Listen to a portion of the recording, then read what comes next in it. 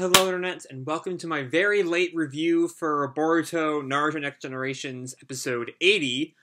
When we last left off, Boruto, Sarada, and Shikadai faced off against Kokyo, who kicked their ass real well, but then the rest of the Mitsuki Retrieval Squad, Inojin and Chocho, showed up, distracting Kokyo long enough for Boruto and Sarada to run away, to keep pursuing Mitsuki, where they then had an encounter with Sekiei. Boruto summoned Garaga, and Garaga didn't really play along very well. And then Mitsuki showed up, attacked Boruto, and declared that he was going with Kokyo's team. So yeah, that's where we leave off. And we open episode 80, which is titled Mitsuki's Friend, I believe, with a 3-minute or so flashback to the night of Mitsuki's departure. And it doesn't, like, while it was nice and all, to get everything that we know so far all in one place, it doesn't really seem to tell us anything we didn't really know about where Mitsuki's at. We still don't know what they promised him in the letter back in 71. We did find out a little bit of background details about, Ku's organization. There are already thousands of Akuta, and much more interestingly, they don't want the Leaf to know that they're from the land of Earth. And whether that's just so they don't pursue us, which doesn't really make any sense because they thought the Leaf guys were dead, or it's because they're actually allied with the Tsuchikage? That doesn't seem to make any sense because Ku attacks Kurotsuchi later on. But it's an interesting thing, and I don't quite know why exactly Kokyo does not want the Leaf to know where they're from. Because, again, he thinks that the guard there is dead. But yeah, even with all that, it doesn't really do all that much for Mitsuki. Like, we don't really... This scene doesn't really give us any more insight into what Mitsuki thinks, or why Mitsuki's with these people. We know he, wants some kind of answer from them, and it has something to do with artificial humans, but the details are still really vague. So yeah, anyway, we move into the present time, and Kokyo, I think it's after Sekiei starts to break down.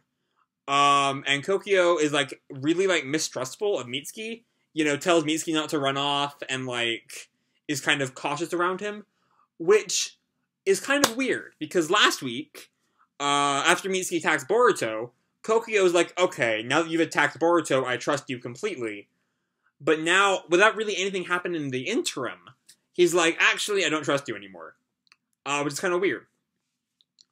But after that, we get a little, Kokyo leaves to let, they get help for Sekiei.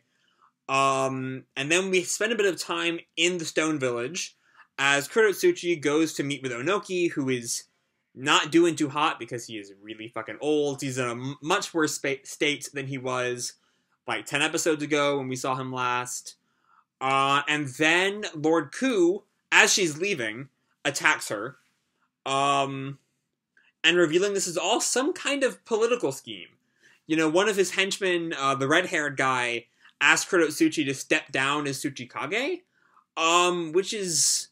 And we see at the end that, both that Kurotsuchi recognizes Ku, which I did not. We do see Ku's face at the very end of the episode in, a little bit of shadow, but not, too shadowed out. And I did not recognize his face from anywhere. Also that he's holding Kurotsuchi captive, but given that, I mentioned last week that Ku's outfit is very similar to Onoki's outfit in the original series, I figure there has to be some kind of connection between them that Kurotsuchi recognizes by now, but that I just don't, because we did not really spend that much time on Onoki's past. I don't think we saw a glimpse of a young Onoki when he fought Madara, as a 20 or 30-year-old. And I think he still looked pretty much like Onoki. So I don't think Ku really looks like the young Onoki. I don't know what's going on there. And after that, we spend the rest of the episode with Mitsuki and Sekiei, save for the very end where we touch in on the Mitsuki Retrieval Squad. Shikucho is caught up with Boruto and Sarada. Boruto's still unconscious. But the actual crux of the episode all relies on the shockingly well-written relationship between Mitsuki and Sekiei. I kind of wrote off Sekiei as kind of a Spiral Zetsu style gag character before now. Like how Spiral Zetsu had all the, oh, what's it like to poop? Sekiei has a similar, like, what's it like to be human, though less scatological gags involved. And, I do really love, after Sekiei, like, is collapsed there, he asks Mitsuki what it's like to be human. And I really do love this idea of Mitsuki, who has, always been kind of the least human of the cast, to be, like, explaining humanity to Sekiei as, like, two outsiders trying to understand an in-group that none of them are really a part of. It's a really effective narrative idea, and it works really well in this episode. And, like, all throughout this, all throughout the first part of that sequence, as, Mitsuki is explaining about Chocho and true friends and, all of this, Sekiei is just so pure that I really want him to do well. Or so I thought. Because then he ties Mitsuki's neck up with an exploding centipede and is like, yeah, I know you're messing with us. What's going on here? And yeah, we do find out from Mitsuki, and it's according to Mitsuki, it's still kind of, after this episode, before this episode I was all like, oh, Mitsuki's playing these guys somehow, there's some scheme he's up to, he wants some information from them, but then he's gonna, like, betray them and go back to the Leaf. After this episode, I'm not quite sure. He tells, maybe, it's perfectly possible, of course, that he's lying to Sekiei when he says that, the snake was to tell Boruto that leaving with Kokio's team was all his will, but it seems kind of honest, But yeah. So after this, after Mitsuki's got the centipede, he's just spent a lot of time talking about Boruto as his son. There is that thing I mentioned in the Next Time preview last week's episode about Boruto was the one who was my son. But as great as that sequence is, as much as I love Boruto and Mitsuki's relationship, it is still mostly reiterating stuff we already know. Mitsuki's worries that his affection for Boruto is all implanted by Orochimaru. It doesn't really... It gets Sekiei more on Mitsuki's page, but it doesn't really accomplish all that much narratively. But, the sequence, just their two personalities, works so well that it makes all of this stuff work together much better than it maybe should. Especially given how little time we've had with Sekiei. He's kind of, like, had a few lines here and there, but this is really the first time we spend a lot of time with him. But it works really well, and I was shocked at how upset I was when we see Sekiei's crack, like, reach his face. And you're like, oh shit, is this going to be the end for Sekiei? And honestly, it's really good that it wasn't. It would have been, okay, so here's how I imagine Sekiei is going to go. At some point, when Mitsuki meets Ku, he'll probably be, like, repulsed by Ku in some way emotionally.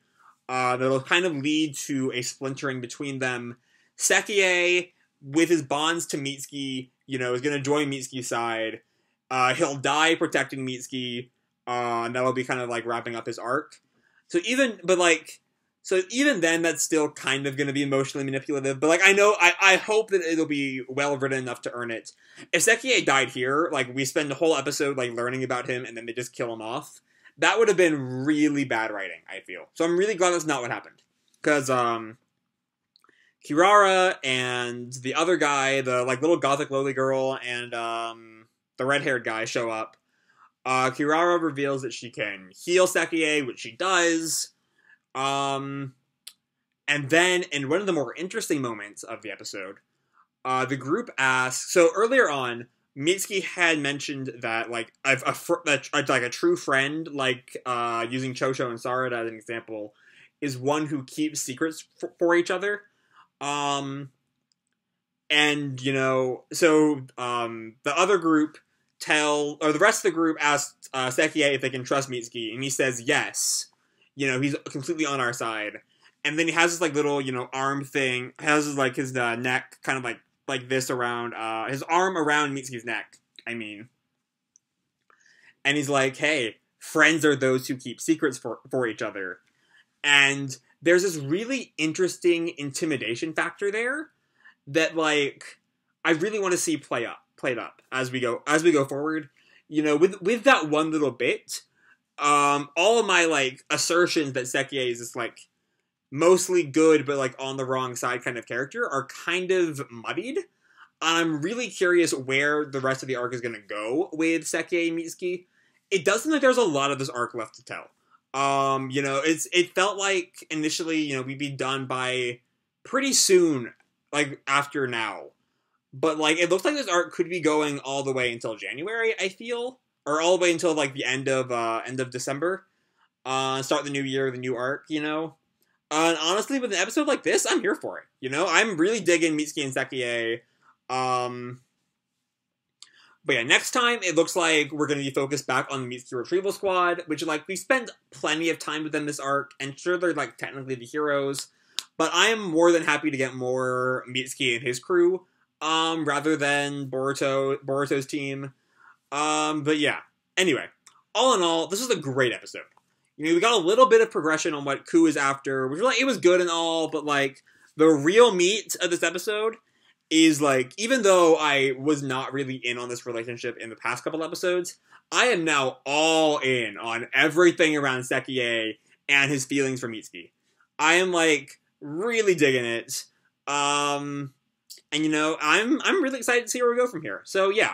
Thanks to how late I am. Next episode comes out in 2 days, so you'll be seeing that soon. Yeah, any other things to bring up? Ghoul will be out tonight. I'm behind on that as well, don't worry. I heard this episode's actually pretty good. I think, so, yeah, it's the stuff Ghoul's good at.